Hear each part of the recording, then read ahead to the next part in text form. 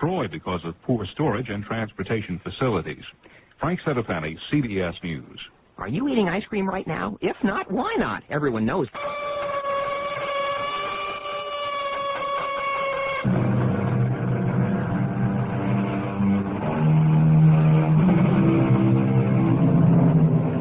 Come in. Welcome. I'm Tammy Brown. I have a confession to make, which I admit is not the way to raise the curtain on a Mystery Theater presentation, where confessions are usually reserved for the end. All my life I have been intrigued with the Empress Josephine, not only because she manipulated Napoleon, but because of her addiction to reading the cards. I also love the way she dressed. It is said she actually directed her life according to what the playing cards foretold. So it's with a special interest and delight that I not only get to introduce today's three acts, but to play the part of Josephine myself. Empress, may I join you? I am counting a card for every year of my marriage. Star. Moon. Sun. 10. 11. 12. I am up to 12, dear. Josephine, you have been married for 13 years. 13. I don't think 13 is my lucky number. I don't dare turn over the last card. Oh, my dear girl, what could the cards tell you? That Napoleon and I'd rather not know. I want a few more hours of not knowing. The end.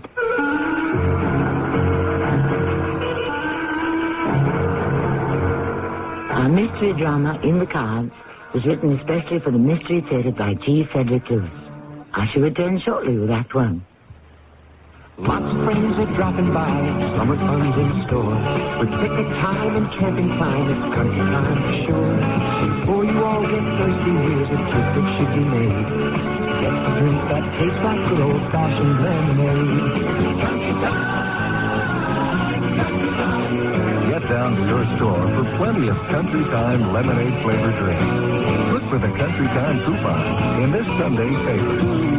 Tastes like good old-fashioned lemonade. Weekdays from the creators of The Young and the Restless.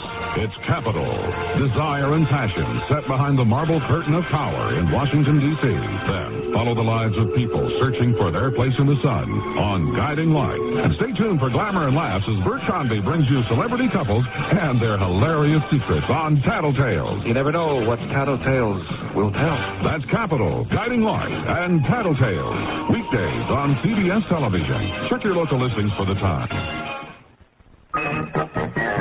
Hello, control room. Do you know what's next? Yeah, it's another Bob Sellers commercial reply. Oh, man. Is there any way to get out of it? We could write a letter and quit, but you better read the intro. Well, here is a Bob Sellers commercial reply from an interested citizen. Thank you. This reply is to all of the many people who want to know why there is a boat stuck out in front of Bob Sellers' Pontiac on the Grand River at 10 miles, 9 miles after 1 mile. The captain of this boat was afloat on the boat at Bob Sellers' Pontiac when the Grand River became a road again. This raises the question, Bob Sellers will sell Pontiacs that don't cost very much to everyone, even captains who don't have both oars in the water. Did you write that letter? Oh, yeah, come on in. We're all going to sign it. On the Grand River at 10 Mile Run.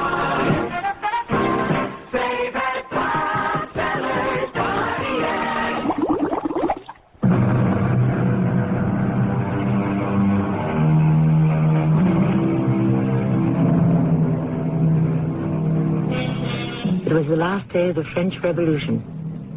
The wife of a viscount sat in her cell reading the cards. Suddenly she went white. On top lay the card of death. The guillotine fell, and with it the head of her husband. Today we might say the cards had nothing to do with it. The lady's husband happened to be in the wrong place at the wrong time. But in 1794, Josephine believed the cards always foretold her fate. Josephine, stop looking in the cards. There's nothing there but numbers and pictures. Teresa, that's not true. On this table is the future, the present, and the past. In the old days, when my husband was still alive, He'd say the future lies in your own hands. Certainly not in the cards. Don't you understand? I need to be doing something. Make my fingers move. Let my thoughts follow the cards.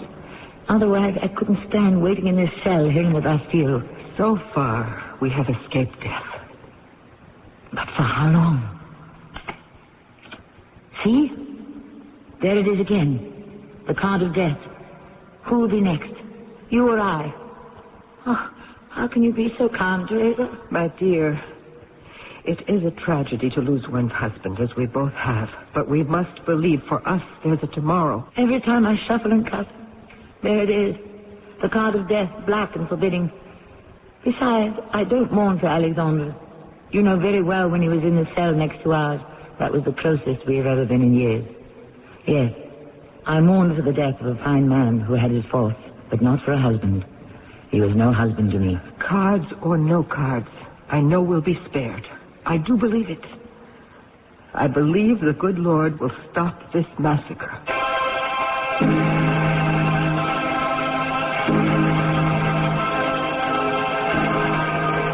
That day, that night was the end of the revolution. Robespierre was dead.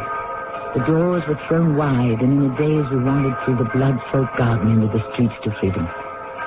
A year later, I was living in Paris with Teresa Tanya, and we remembered. Was it really a year ago today? Teresa, I have a confession to make. Do you remember how you made me kneel and pray? Even as I was praying, I kept one hand of my cards in my pocket. Oh, Josephine. You thought if the Lord wouldn't free you, the cards might. And I'm not sure to this day. You're a superstitious goose. Now, why aren't you dressed for this evening? My two guests will be here. I'd like you to make yourself presentable. You treat me as if I was 16, and I'm twice that. Yes, I am, but don't tell anyone. Anyway, you're right. I shouldn't criticize your belief in the Savior. And I won't make fun of your face in the cards. We've plenty of time to philosophize about our escape, but only half an hour to prepare for this evening. Now, hurry. Oh, and Josephine, I have been through your closet and removed all the black dresses and all the black veils. A year of mourning for your late husband is enough. I've left 3 pretty bright silk dresses on your bed to choose from. Teresa, I only make this mistake when I'm invited to your house. I arrive too early. Pierre, it's all right. I was dressed. Josephine will join us when she's ready. I have my fingers crossed for this evening. Ah, how so? We can speak as old friends, you and I. We are both of that certain age when one can talk of anything. Oh, I love gossip. Go on. And I love Josephine. She has been living here for a year, and she's not getting any younger, but I simply cannot find a man who interests her. I have invited every personable single man, every army man, and every diplomat. When the evening is over and I say to her, Josephine, what did you think of so-and-so? Do you know what she says? What do I say, Teresa? Josephine, have you been listening to our conversation? Of course. How else am I going to find out what you think? Good evening, Pierre. Ah, my dear. Oh, I'm glad you've given up wearing those gloomy clothes. Ah, you see, Josephine, what did I tell you? Teresa, when the right man arrives, Josephine will know it. What do they say? Once bitten, twice shy? My first marriage to Alexandra was a disaster, so now I'm being a little more careful. That's why, after an evening with a gentleman, I consult my cards.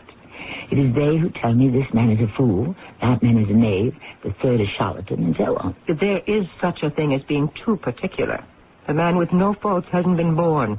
And remember, you're not 16. When I was, an old negress at home in Martinique looked in the cards and told me I would be Queen of France. Oh, really? Did she? But, she said, you must always listen to the cards. When I met Alexandra, I paid no attention to the cards. I wanted to leave our little island. I wanted to live in Paris. So, now you trust the cards? More than I trust myself. It's hopeless. I don't know why I bother. Because, dearest Teresa, you cannot abide to see a woman without a man. Who have you invited this evening, beside this flattering old painter? Someday, my child, I will paint your soul, and you will no longer make fun of my age. I have invited a general. His name is Bonaparte. Oh, Lord. Another army man. They're all so exceptionally dull. I sincerely hope to be the exception. Madame Tallien, good of you to invite me to your soirée. General Bonaparte, I am overcome with confusion. Please, don't be, madame. The lady is quite right. We, who live by the sword, have forgotten how cutting the tongue can be. I like that. That was well said. General Bonaparte, the Vicomtesse Alexandra Bornay. A pleasure. And may I introduce Monsieur Pierre Proudhon? An honor. I have seen your painting of Madame Tallien, and also that of Madame Récamier. They are as beautiful as the ladies themselves. I take it all back. The general has the gift of words. And, Monsieur Proudhon, if I ever marry, I shall most certainly hope to commission you to paint the portrait of my wife.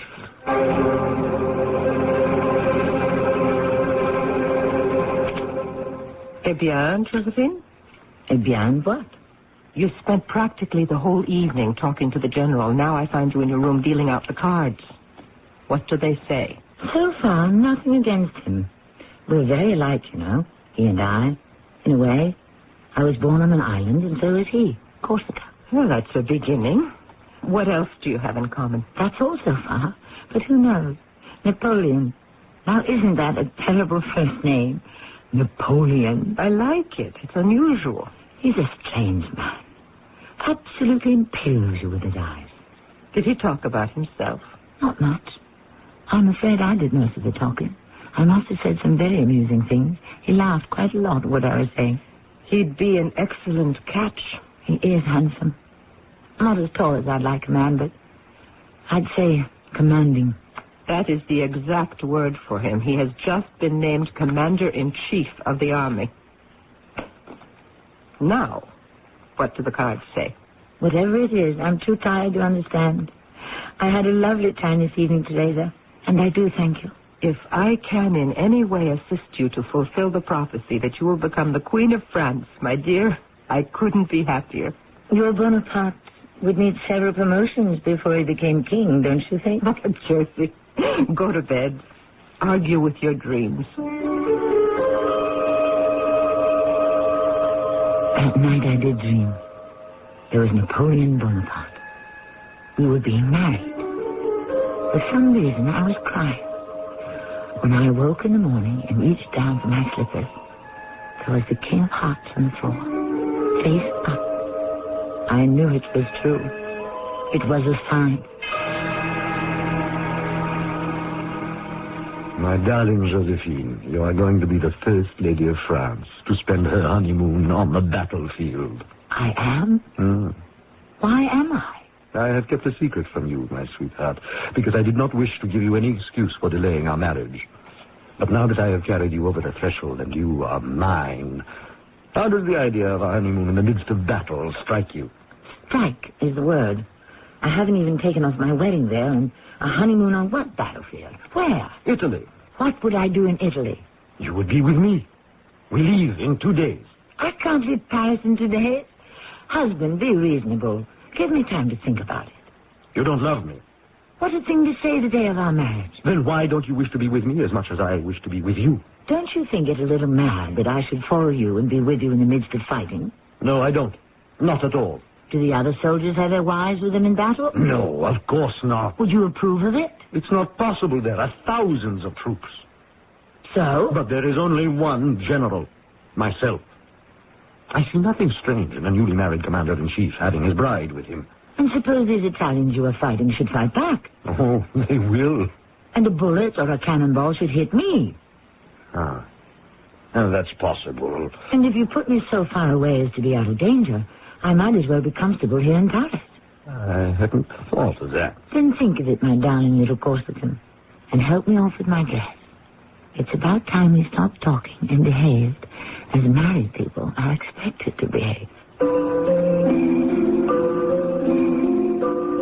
Josephine had the answers before one could even put the questions to her. Napoleon was not just a good catch, a young general who would go far, but he was an ardent lover, a serious and demanding man, rapidly becoming a little too much for the cool, offhand, unserious, and superstitious Josephine.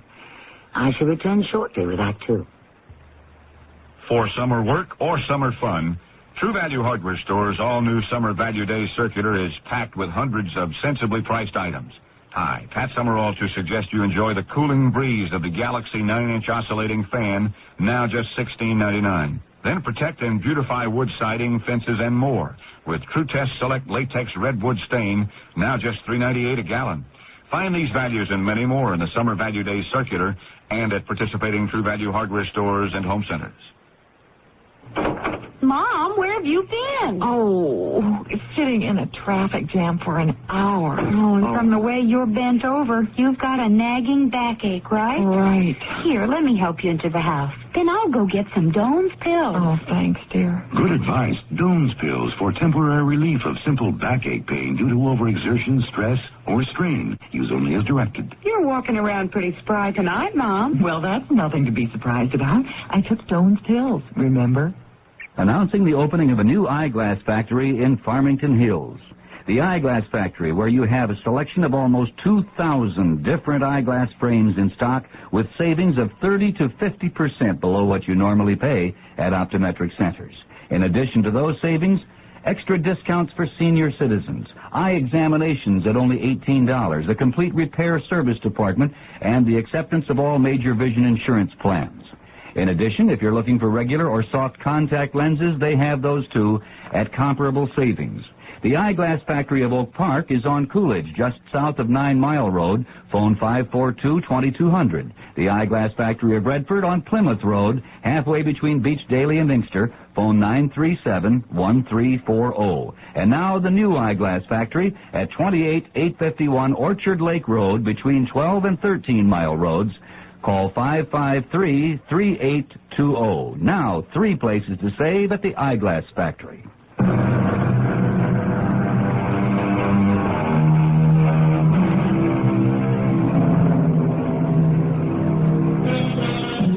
What Josephine Bonaparte wanted most in the world was to be acknowledged the most fascinating and adorable creature of Paris. France, that had revolted against royalty, now took society to its bosom. The teas, the fancy dress balls, the elegant clothes. That, to Josephine, was life. And this silly man, this Bonaparte, whom she had unthinkingly married, he was getting to be a nuisance. Teresa, this is ridiculous. Every day he writes me from his tent in Italy. I answer him as often as I can, and still he complains. If I write him I'm trying to be gay, to forget how much I miss him, he won't have that. If I tell him I'm sad, he doesn't like that either. Josie, you are married to power, a willful and strong man. Listen to this. When I imagine you're sad, my heart is torn. When I think of you as gay and amusing yourself, I reproach you for having no profound emotion, for having forgotten our painful separation so soon.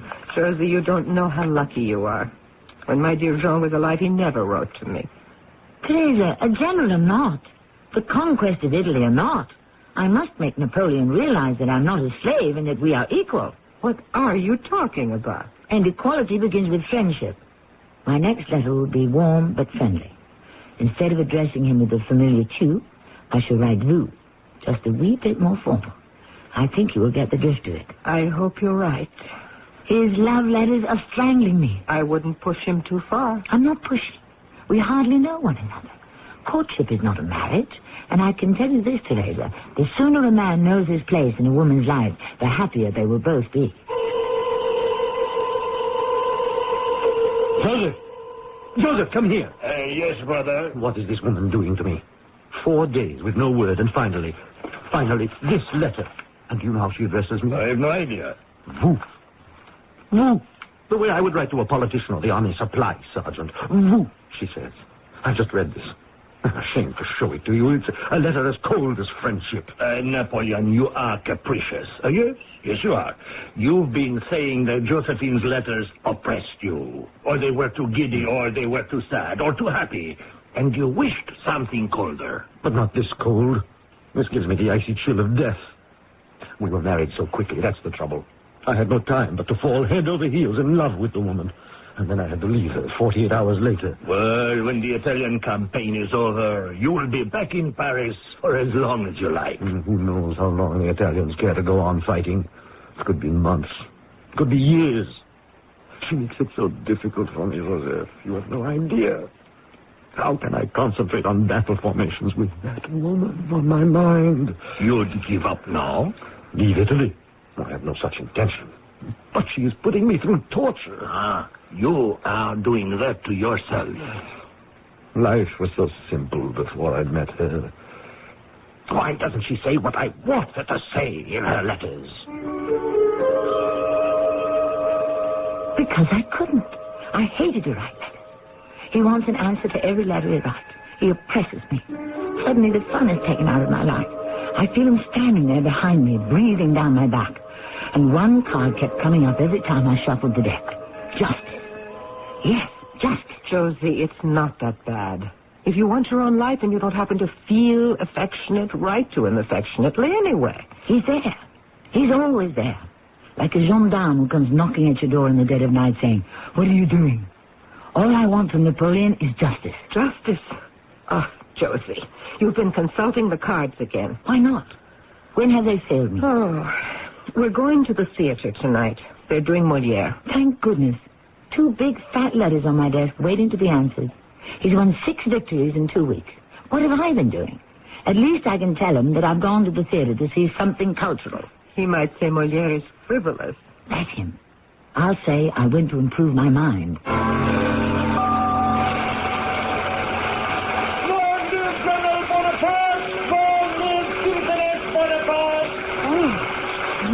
Will you look at the audience? I am. They're all looking up here at us. Isn't it lovely? I adore them. Long live Our Lady of the Victory! That's me, Josephine.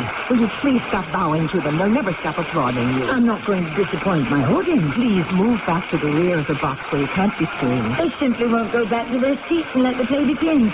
Marvelous. We're just going to have to leave, that's all. Leave the theater? The play hasn't begun yet. You see? They signal to begin the play, but the audience doesn't wish it. They want me. Mesdames, Messieurs, ladies and gentlemen, I have an announcement to make. We have just received word the brother of General Bonaparte, our also beloved Joseph Bonaparte, has arrived in Paris with 22 flags captured in the Italian campaign.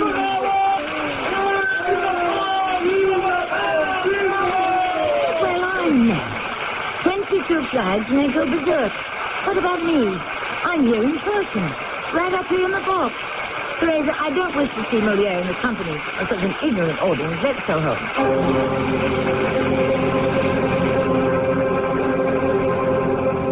Madame Bonaparte, why we were never introduced before this, I can't imagine. However, I am here now. Napoleon charged me with delivering the captured flags to the Directorate and to urge you to come to Italy. To come to Italy now? Madame, preferably yesterday or the day before. He realizes it's a long trip, and he wishes you to take it in easy stages. Joseph, I can't. You're saying, I won't, but my brother will not accept I won't for an answer. He is a very jealous man, and your letters have not pleased him.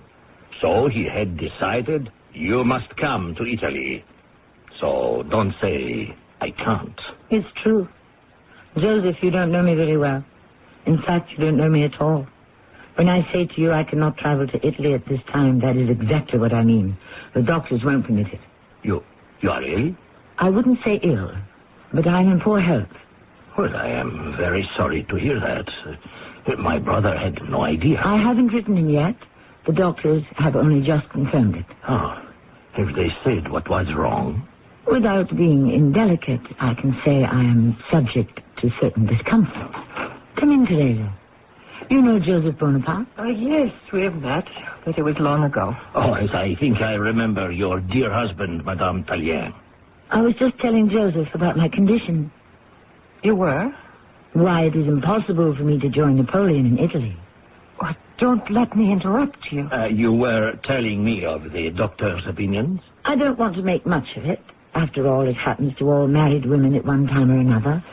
I suffer from a certain nausea, which I understand all women suffer from at the beginning of a pregnancy. Oh, of course, yes, I understand. When I return, I shall be delighted to give Napoleon the news. You will have made him supremely happy. Well, ladies, if you will forgive me, I must go. Tomorrow, when I leave Paris, I shall stop by Madame Bonaparte to take from you any special word or letters for the General. Good day. It was a pleasure, indeed a pleasure. Josie, that is a wicked, wicked lie, isn't it? You're not pregnant, are you? What else could I say when he said Napoleon wouldn't take no for an answer? I am in my tent tonight, writing to you. Joseph will have arrived in Paris today. I have asked him to tell you to make the trip by easy stages. Lodgings await you in Mondavi. From there you will go to Nice and Genoa. I await you, my love. I will forgive you all the letters you did not write me when you arrive. Adieu, Josephine. You are, for me, a monster I cannot understand. I love you more each day. So you are going back to Italy today, Joseph? Without you, unfortunately. What must be, must be. Oh, I forgot to mention, I was to tell you to bring your personal maid, your cook, and your coachman. Napoleon has a beautiful coach for you. How thoughtful. I shall tell him you are with child. His child. May I say to you, if something were to go amiss, and you were not with child, he would be extremely disappointed. So would I. Are you sure you won't reconsider? He loves you very much, and he needs you with him. I wish I could go, Joseph, but I must think of the baby. Weeks passed, months. April became May, and May turned into June. It was spring in Paris, then early summer. There were so many things to do, activities I knew Napoleon wouldn't approve of. So I wrote him less and less. He began to be suspicious. Was I really pregnant? I kept up the fiction as long as I could. It's so dark in your house, Teresa. Let's light some candles. Why is there no light? Josie, it's 4 o'clock in the morning. Oh. The servants have better sense than to let candles burn all night. Where are the matches? We don't use matches, my dear. They're not safe. Oh, I've run into the table, I think. In the middle of the table are some sulfur splints. You can light the candles with those.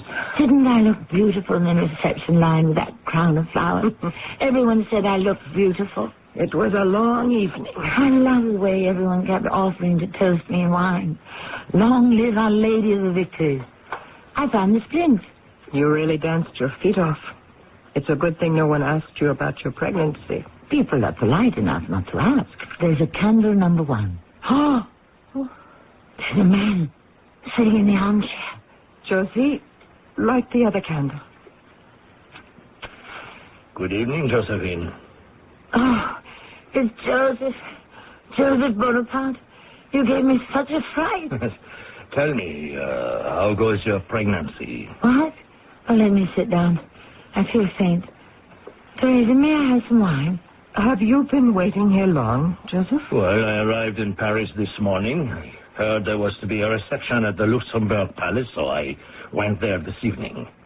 I saw our little mother prancing about, doing the gavotte. Very lively for 4 months pregnant. Teresa, please, some wine. There isn't any, and it's too late to wake the servants. So I came directly here to Teresa's to wait for you. I'm very tired. We'll talk in the morning. Don't you wish to inquire after your husband? Of course. Please forgive me. But finding you here like this, so unexpected, I'm not myself. What would you like me to tell you about Napoleon? Nothing, really, because I know everything. I know which battles he has fought. We correspond a great deal. He writes a great deal. I write him all my doing. In your last letter, you made my brother believe you were in some danger. That you had 3 doctors constantly at your bedside. That is why he sent me to Paris, He is very worried. But I see no evidence of danger or illness. Joseph, you're not going to tell him that. Well, it wouldn't be news to him if I did. Other people write to him about you. But he gave me a letter and asked that I read it to you. My dear one, you have not written to me. You were too ill to write. The little child was staring so hard within you that he hurt you. Madam, if you detect a certain irony in those words, you are right. I have decided I shall no longer permit myself to be mocked. You will be in Turin on the 10th, and on the 12th you will be in Milan, where you will wait for me. Your loving husband, Napoleon. The 10th? That's only days away. Teresa, what will I do? Go to him. Tell him the truth, everything. Beg his forgiveness. I cannot. He doesn't know me. You don't know him, Josephine. My brother told me he will resign his commission and come straight to Paris to be with you. If you don't leave for Italy immediately, Napoleon will be here before the end of the week. Josephine wept with despair, but managed to attend a farewell party the following day. Then, with a dog, her personal maid, and Joseph Bonaparte, she set forth by coach for Italy, and her husband she couldn't fool any longer. I shall return shortly with Act 3. Lots of friends are dropping by, summer fun's in store. With picnic time and camping time, it's country time for sure. Before you all get thirsty, here's a trick that should be made. Get a drink that tastes like good old-fashioned lemonade. Country time. Get down to your store for plenty of Country Time lemonade flavored drinks. Look for the Country Time coupon in this Sunday's paper. Tastes like good old-fashioned lemonade. For over 3/4 of a century, Buick has enjoyed a reputation for having fine, luxurious cars. We're very proud of that. It's a reputation that grows every year. 1982 was no exception. There was the introduction of the new century and the small Buick Skyhawk. And while each Buick lives up to the name, there are refinements and improvements on everything from the full-size Electra down the line. You see, the Buick reputation isn't just something we ride on. It's something we build on. Today, we're talking to the official bullhorn operator for the recent Detroit Grand Prix. Hello. What exactly was your job at the Grand Prix? Well, I got to shout important things to the drivers like, Gentlemen, start your engine. Or, hey, stupid, your car's not going. Well, now that the Grand Prix is over, what will you do? I'm using my bullhorn to tell everyone about Harmony House's big Motor City tune-up sale. Now through the 30th, Harmony House is waving the checkered flag on their entire stock of $6.94, $7.94, and $8.94 albums. Pick up any one of them for just $5.94. Tape $6.47. Hey, that's a sale. Yes, and there's comparable savings on higher-priced albums and tapes, too. So, tune up with the music that makes Detroit feel rock and roll capital. Bob Seger, Ed Nugent, the Motown sound. Thank you. $6.94, $7.94, and $8.94 albums for just $5.94 at Harmony House. Okay, that's enough. Just $6.47. Please. I'm on. Oh, will you knock it off? Harmony House's big Motor City tune-up sale. Now through June 30th at all 14 Harmony House locations.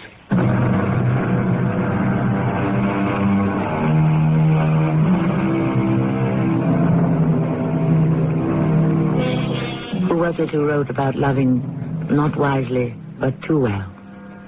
Byron? Shelley? It was Shakespeare, yes, describing Othello. The soldier who, as I think of it, was not unlike Napoleon.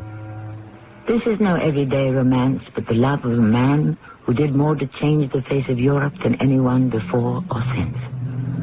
For a dozen years, Josephine's sweet talk tantalized and infuriated Napoleon, but gave him no son, no heir.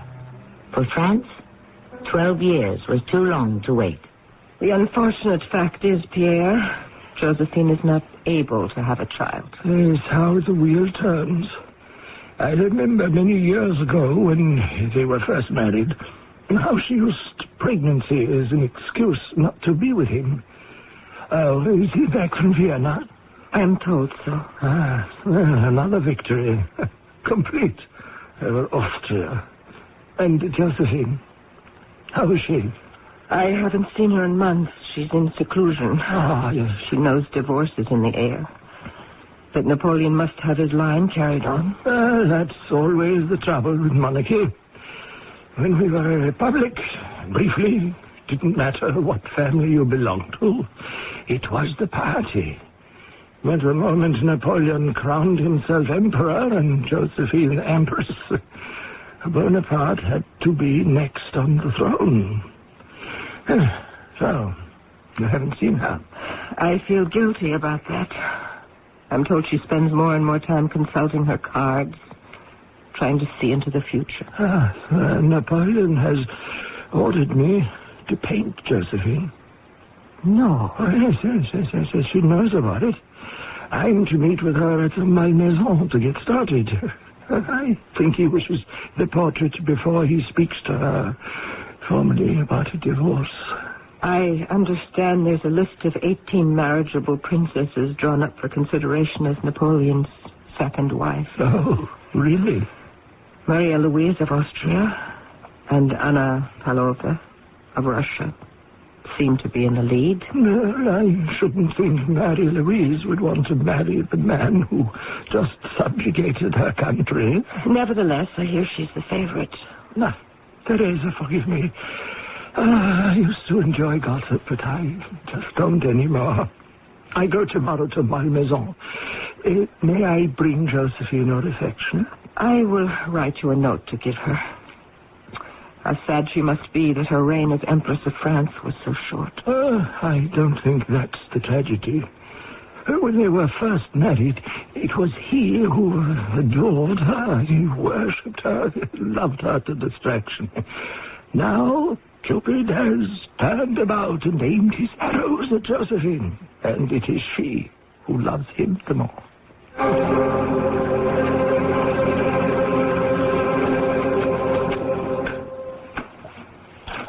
Fool, juggler, empress, emperor, devil, judgment.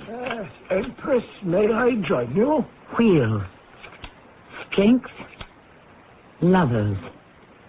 Pierre, come in. Thank you. I'm counting a card for every year. Star, moon, sun. I'm up to 12 cards, one for each of my 12 married years, Pierre. Yes, but you've been married for 13. What have you heard from my husband? Victory in Vienna. It's true. 13. But I don't dare turn over the last card, even though, you know, I can almost see through the back of it. Josephine, what games you play? It's no game. It's a warning of the future. So be it. I am not a coward. I've told a lot of untruths in my day, but I was never a coward.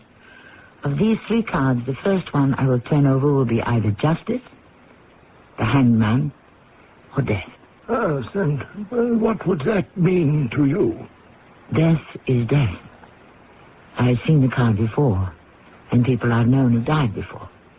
Justice, to me, would mean, I suppose, what is just to me, in my eyes.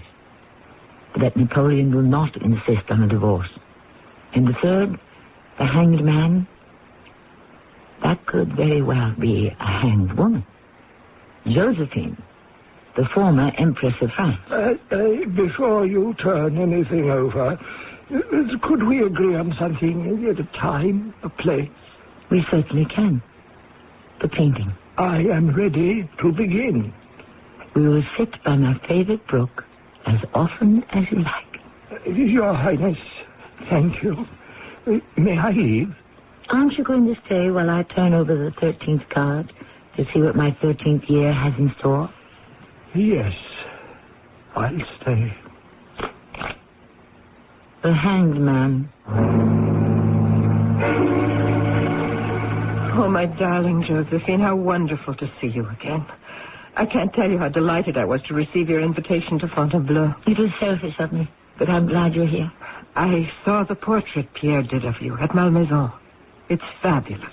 I hope Napoleon liked it. You haven't seen him, then? No.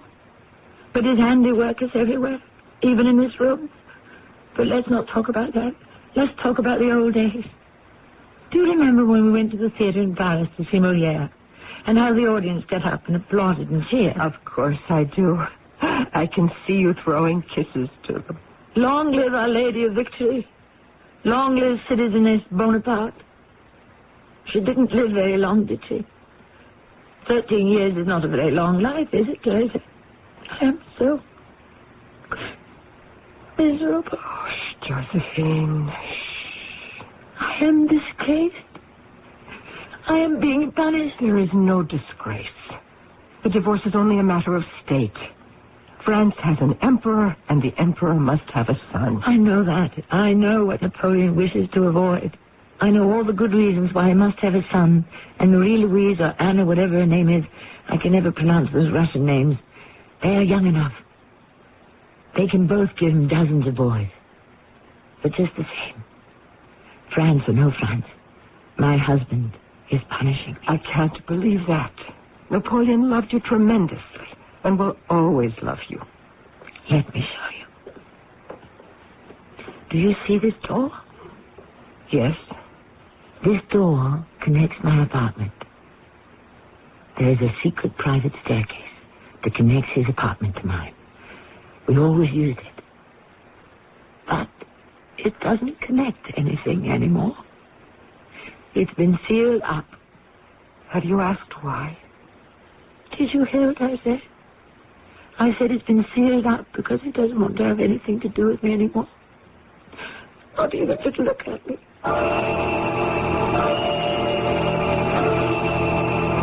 Napoleon? Yes. Joseph. Staring into space again? When are you going to set the date? Joseph, I haven't even spoken to my wife yet. That comes first. You haven't? But you are back in France for a month. Why do you wait? It isn't an easy task. It's like cutting off an arm. Worse, for this arm has a life of its own.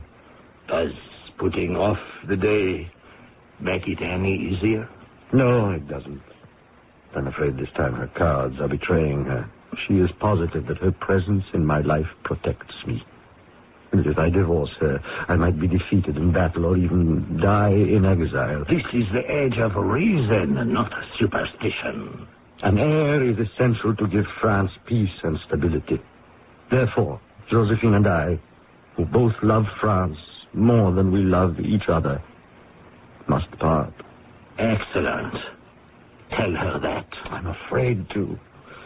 She'll be all tears, grief-stricken. I hate scenes. In front of armies and cannon, I stand up.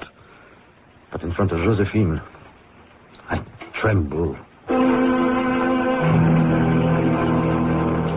You see, my darling wife... Will you have some more coffee? Yes. No, thank you. Not now. We must regard this I have so looked forward to the two of us having a little dinner alone, just like the old days. Do you remember the picnics at my maison? Of course I remember them, dearest. Josephine, will you please let me say what I must? By all means. I'll be quiet as a mouse. Our divorce, what we are about to do, I regard as a kind of sacrifice. And you, my darling Josephine... No, don't. Please don't. I can't listen to this. I know it will happen to me. Disgrace. All honors taken away. All my friends. Who will look at me? Who will care about an ex-empress? Oh, but that is not so. You may say what you like, but the cards have told me. In the end, I will have to leave France. Josephine, listen to me. You will always be the Empress, Josephine. You will have Malmaison for yourself, an entire court for yourself. You will always be held in high regard by all of France. I promise you I shall see to that. That every Frenchman will hold you up as a noble victim to the needs of our country, to whom the greatest honors will always be shown. Who is it to be? What do you mean, who? You know what I mean. Anna, the Russian, or Marie-Louise, the Austrian. You won't tell anyone. It's not official, and I know I'll have problems with Vienna. So it is Marie-Louise. That's what I'm advised. I hear she's a big fat cow. A blonde. No. You used to like them slender and dark-haired. I still do, my darling. Very well. I'll consent. The divorce is yours. I know you'll be generous. You'll consent? You'll consent. Don't act as though you were doing me a favor. The divorce is the Emperor's edict, not a favor you are bestowing. I hope you'll be a gentleman to the end and let me have the last word. I shall. In 2 weeks, we'll gather in the throne room at the Tuileries, and we shall both make our private decision public. With the permission of my august and dear husband, I declare that having no hope of bearing children for the interests of France, I am glad to give him the greatest proof of my attachment and devotion. I'm sorry. I can't read any more of what I wish to say to you. Joseph, pick up the page she dropped and read it. I believe that by consenting to the dissolution of a marriage which deprives France of one day being governed by the descendants raised up by Providence to wipe out the evils of a terrible revolution. Joseph, let me. I don't need to read what I've prepared. I can say it, straight out. The disillusion of my marriage can never change the feelings of my heart. In me, the Emperor will always have his best friend. 13 years. It's not very long, is it? But it was my whole lifetime. I know how much this act, demanded by politics, has wounded him. But we both glory in the sacrifice we make for the good of the country.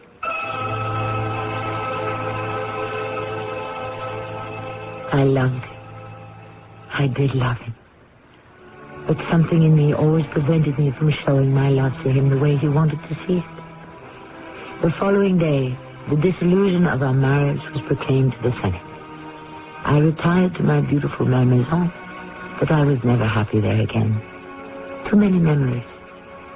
I remember when he was in Italy and wrote to me not to be gay or sad, but he would prefer it if I were melancholy. I didn't know how to be melancholy then, but I do now.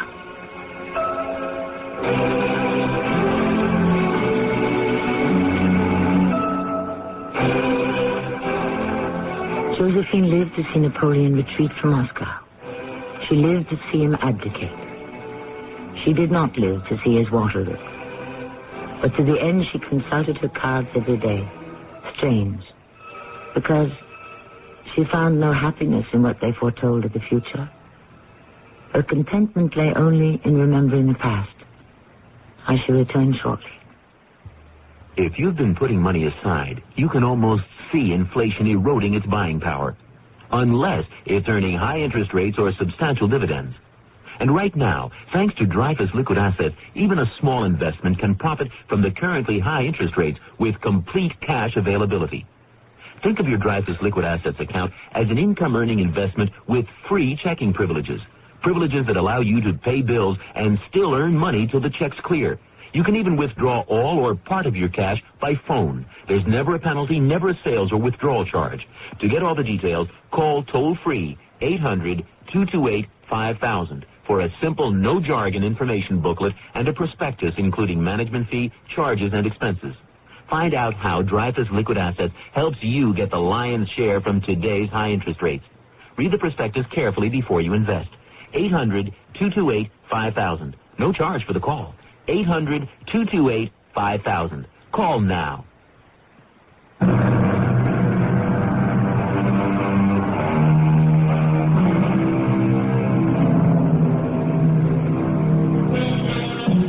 This graceful and extraordinary creature, Josephine, was strong and independent, and her bittersweet love affair with her husband is proof that Disraeli was right when he said, "Man is not a creature of circumstances.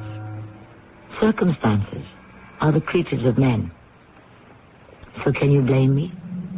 Now you know why I just had to portray the fascinating Josephine. And as time goes on, I hope to play for you many more of my favorite characters of history and fiction. Our cast included Terry Keane, Louis Turenne, and Earl Hammond. The entire production was under the direction of Himan Brown. Have a pencil ready for an offer from the Journal.